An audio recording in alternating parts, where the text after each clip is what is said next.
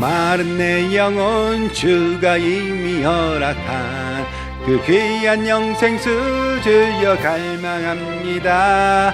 그 약속 따라서 힘써 간구하오니 오 주여 내 기도 어서 들어주소서. 예수의 사랑 예수의 사랑 바다 물결같이 내게 임하니 영광의 물결에 온전히 쌓여서 내 영혼의 기쁨 한량 없도다. 주 내게 약속한 금비 내려주시려 은혜의 저 구름 건너편에 떠올라 그 귀한 징조가 내게 밝게 보이니 나 힘을 다하여 주께 간구합니다.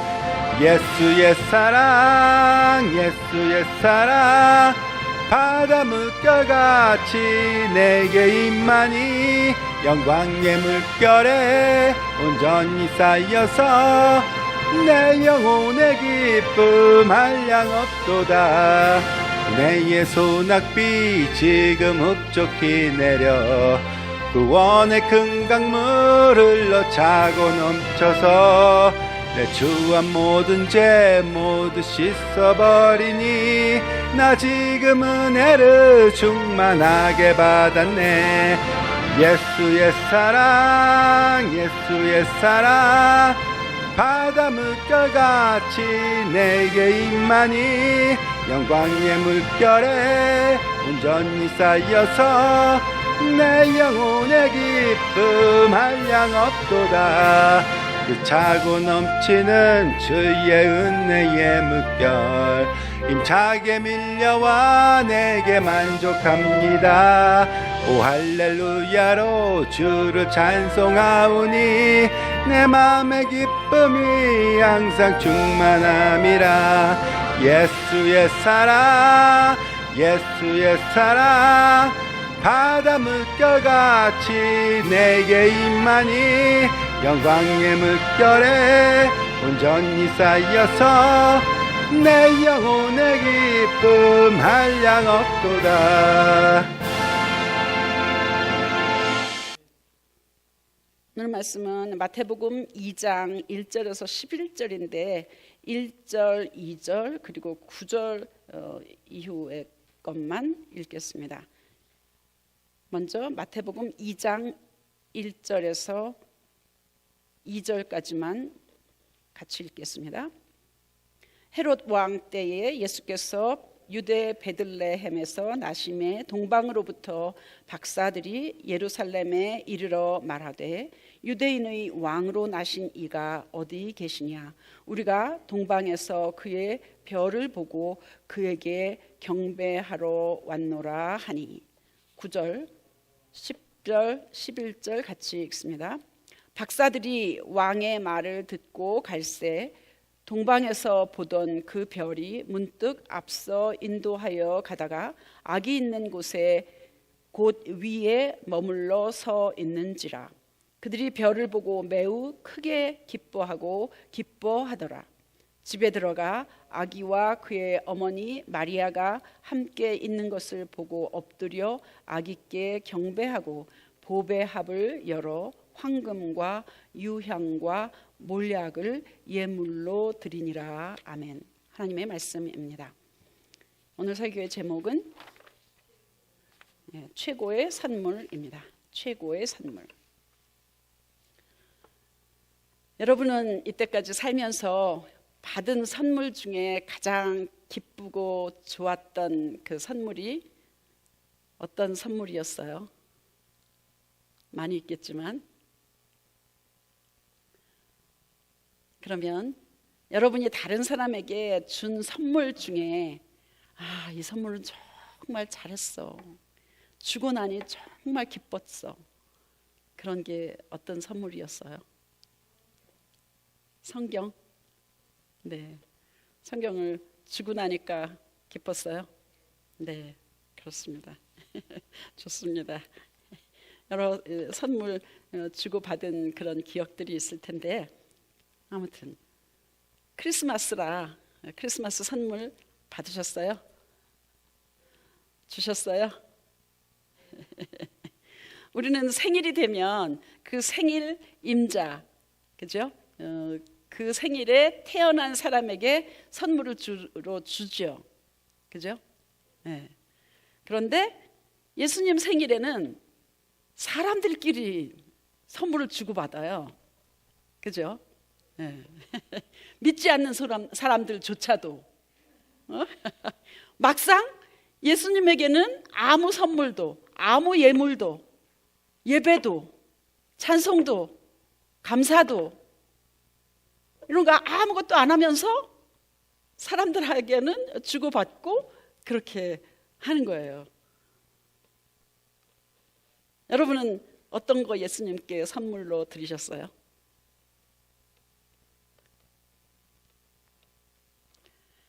사복음서의 첫 책은 마태복음입니다. 몸으로 태어나신 하나님이신 예수님의 족보가 쫙 나와요, 그죠? 누가 누구를 낳고, 누가 누구를 낳고, 누가 누구를 낳고, 이렇게 계속 마태복음 1장에는 누가 누구를 낳고 해갖고 1장 전체가 그렇게 되어 있습니다. 새해가 돼서 이제 성경 좀 읽어보려고 마태복음을 딱 펴니까 이거에 그냥 모르는 이름이 쫙 나오고 누가 누구를 낳고 누가 누구를 낳고 이렇게 하니까 또 접고 또 폈다가 또 그렇게 접고 이렇게 해서 결국은 성경 통독을 한 번도 끝까지 못 해보신 분이 꽤 있더라고요. 예수님 족보에 이어서 마태복음 1장에 이어서 오늘 본문은 마태복음 2장인데 베들레헴에서 태어나신 예수님을 먼 동방에서 그 별을 보고 찾아온 사람들이 있었어요, 그죠? 와이즈맨이라고, 지혜로운 사람들이라고 그렇게 이야기를 하지만 뭐 점성학자다, 천문학자다, 뭐 이런 사람들로 알려진 세 사람이 그 별을 먼 곳에서부터 보고 예수님을 찾아와서 세 가지 선물을 드렸습니다. 그 세 가지 선물. 근데 아마 그 당시에는 예수님이 조금 커서 한 2살 정도 되지 않았을까 그렇게 추정을 합니다. 캄캄한 밤에 빛을 발하고 있는 별을 향하여서 먼 곳에서 이 세 사람이 계속해서 그 별을 쫓아서 온 것입니다. 이것이 우리에게 무슨 의미가 있나? 인생이 혼돈 가운데, 공허한 가운데, 어두운 가운데, 창세기 1장에 보면 땅이 혼돈하고 공허하고 어두웠던 그때에 하나님께서 빛이 있으라 하심에 빛이 처음으로 있었던 것입니다. 바로 동방에서 먼 곳에서 별을 보고 계속해서 쫓아와서 따라와서 그 별을 따라와서 예수님에게 경배하고 예수님을 향하여서 세 가지 선물을 드린 동방 박사. 이 사람들은 여러분과 저 이방인들을 대표하는 그런 사람들일 것입니다. 그들은 예수님에게 특별히 세 가지 선물을 가져왔는데 황금, 유향, 몰약, 이 세 가지 선물이었습니다. 왜 하필이면 아기 예수를 향하여서 별을 보고 이 세 가지 선물을 특별히 드렸을까요? 황금은 왕권을 의미합니다. 예수님은 우리의 왕이라는 믿음을 표시하기도 하고 믿음을 고백하는 것입니다. 예수님은 이 땅을 힘으로 다스리는 것이 아니라 사랑으로 다스린다는 것을 의미하기도 하고 아기 예수에게 황금을 바친 것은 예수님은 왕이라는 최고의 것을 주님 앞에 드리는 것입니다. 유향은 일종의 향수입니다. 유향은 제사장들에게 꼭 필요한 것이었습니다. 유향을 선물한 것은 예수님은 제사장이다, 하나님으로 향하는 새로운 길을 열어주셔서 모든 사람들이 하나님께 향할 수 있는 그런 미디어, 중보자 역할을 또 제사장 역할을 하는 것이다 라고 해서 유향을 선물했습니다. 세 번째로 몰약은 시스터스라고 하는 그 나무에서 나오는 진 기름입니다.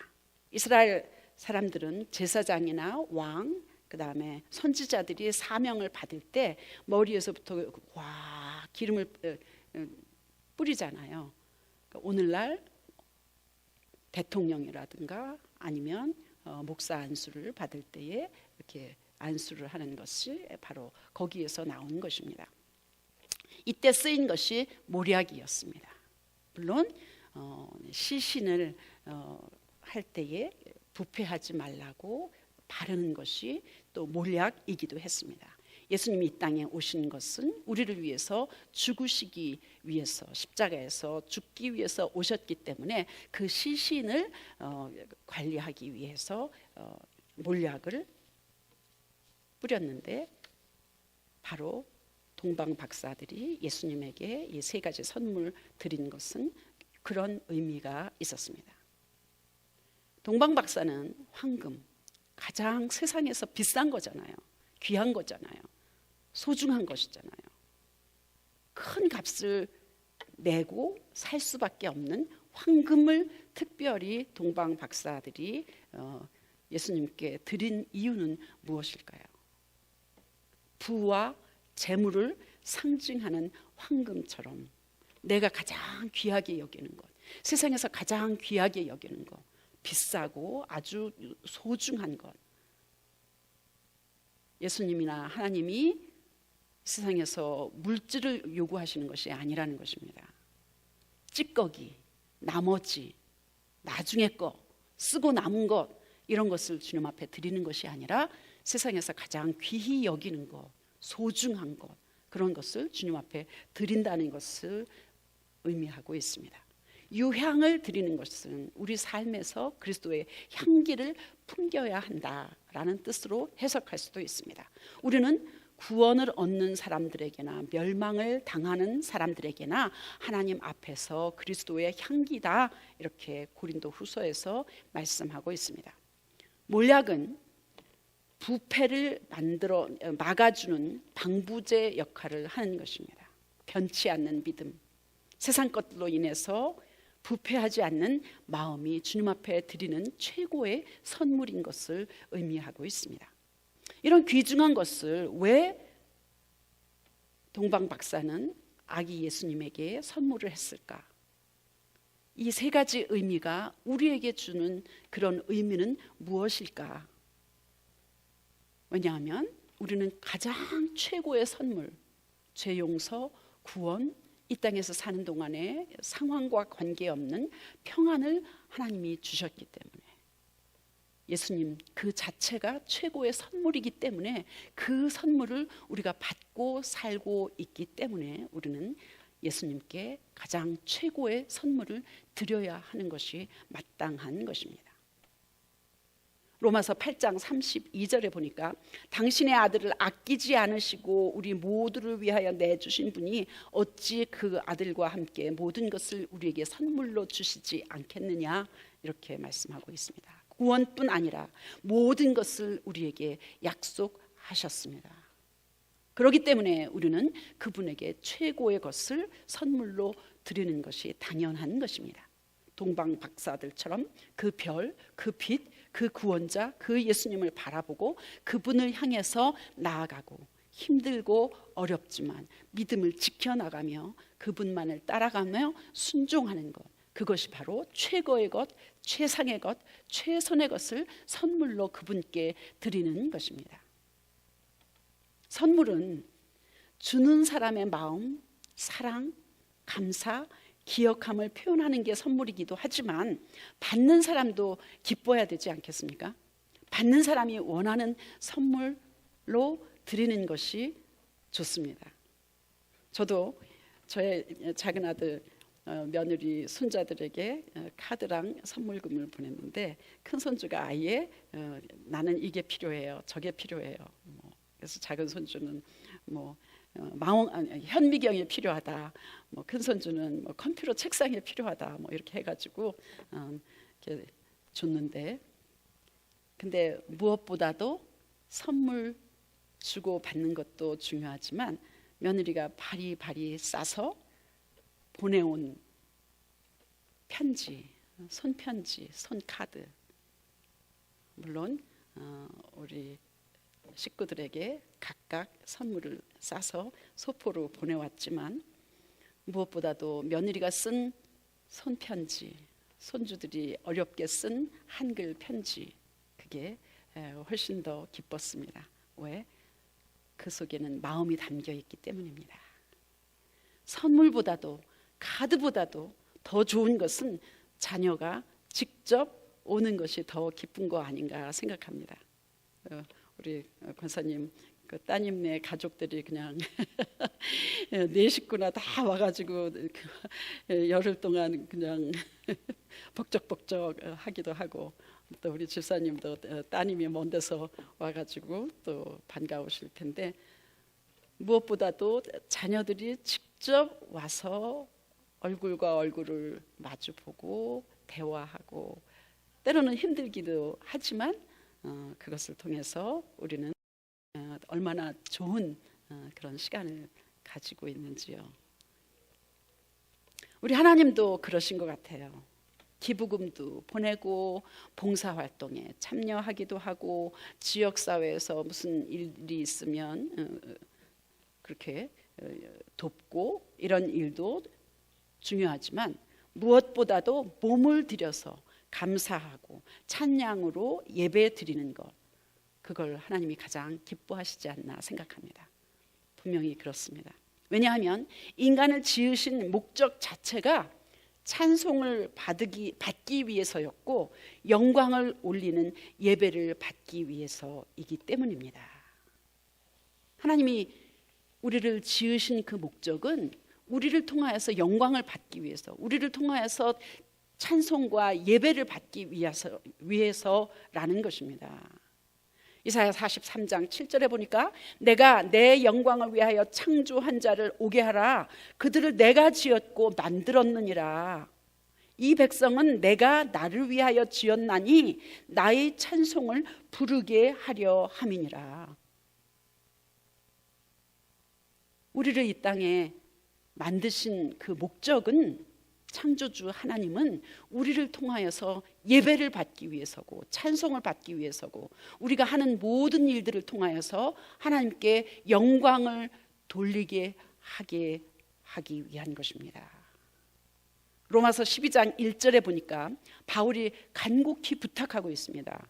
여러분은 여러분의 몸을 하나님께서 기뻐하실 거룩한 산 제사로 드리십시오. 이것이 여러분이 하나님께 드릴 합당한 영적인 예배입니다 라고 말합니다. 구약시대에는 제사 때 제물을 가지고 왔는데 흠없고 깨끗하고 병들지 않은 그런 짐승을 가지고 오잖아요, 성전에. 그런데 결국은 태워서 죽여서 하나님 앞에 드리는 것입니다. 그죠? 그런데 예수님이 여러분과 저를 위해서, 우리 죄를 위하여서 단번에 죽으셨기 때문에 이제 우리는 죄를 지을 때마다 애매한 짐승을 가지고 올 필요가 없다는 겁니다. 왜? 예수님이 우리를 위해서 대신 죽으셨기 때문입니다. 그래서 이제는 예수님 때문에 구원받았기 때문에, 죄 용서 받았기 때문에 이제는 제물을 가지고 와가지고, 흠없는 제물을 가지고 와가지고 죽이고 태워서 드릴 필요가 없는 거예요. 죽은 제물을 할 필요가 없다는 겁니다. 그런데 예수님 때문에 구원받았어, 살림을 받았어. 그러니까 있는 그대로 제물처럼 병들지 않고 깨끗하고 흠없는 그런 제물은 아니지만 우리 있는 몸을 가지고 하나님 앞에 드리는 것입니다. 우리 안에는 여전히 미움이 있고 해결되지 않은 죄가 있고 여러 가지 안 좋은 것들이 분명히 있어요. 그러나 그럼에도 불구하고 하나님 앞에 몸을 들여서 예배한다는 것은 예배를 통하여서 산 제물로 드린다, 이 말입니다. 그죠? 그래서 여러분은 여러분의 몸을 하나님께서 기뻐하실 거룩한 산 제사로 드리십시오. 이렇게 이야기하고 있습니다. 그러면 있는 그대로, 흠 있는 모습 그대로, 죄 있는 모습 그대로, 악한 마음 그대로 하나님 앞에 와서 몸을 들여서 예배를 드리면 하나님께서 회복시켜 주신다는 약속입니다. 회복시켜 주실 것입니다. 그래서 꼭 교회 가야 돼? 이렇게 하는 질문에 제시할 말씀이 바로 로마서 12장 1절입니다. 예수님 때문에 구원받았어. 이제는 재물을 죽일 필요는 없지만 있는 그대로, 악한 그대로, 약한 그대로, 추한 그대로 우리 몸을 거룩한 산 제물로 드리는 것이 바로 우리가 드리고 있는 예배입니다.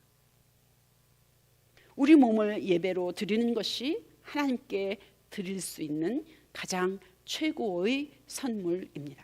하나님이 기뻐하시는, 가장 좋아하시는 선물입니다.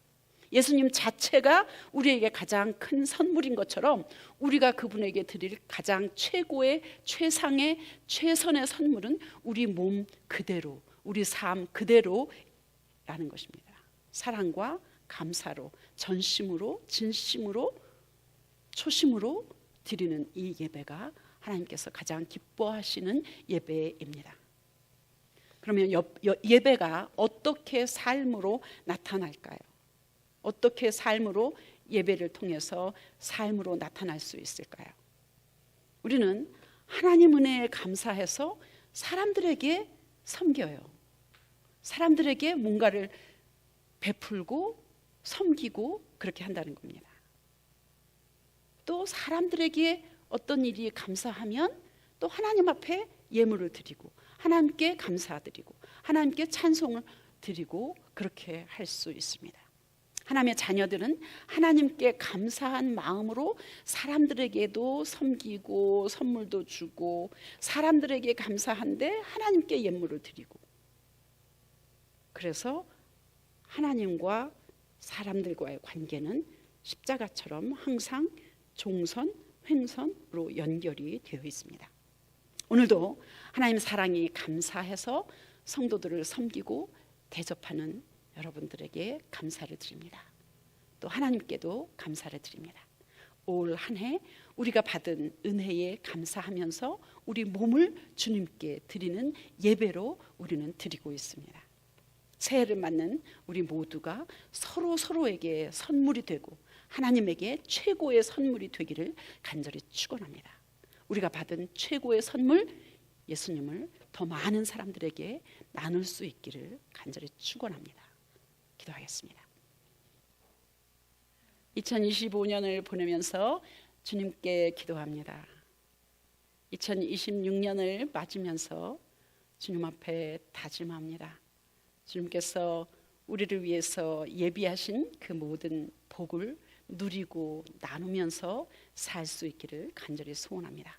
이제는 우리 주 예수 그리스도의 은혜와 하나님 아버지의 극진하신 사랑하심과 성령님의 계속해서 도우시는 그런 손길이 우리 모두에게, 새해를 맞이하는 우리 모두에게 계속해서 이어질 것을 간절히 축원하옵나이다. 아멘.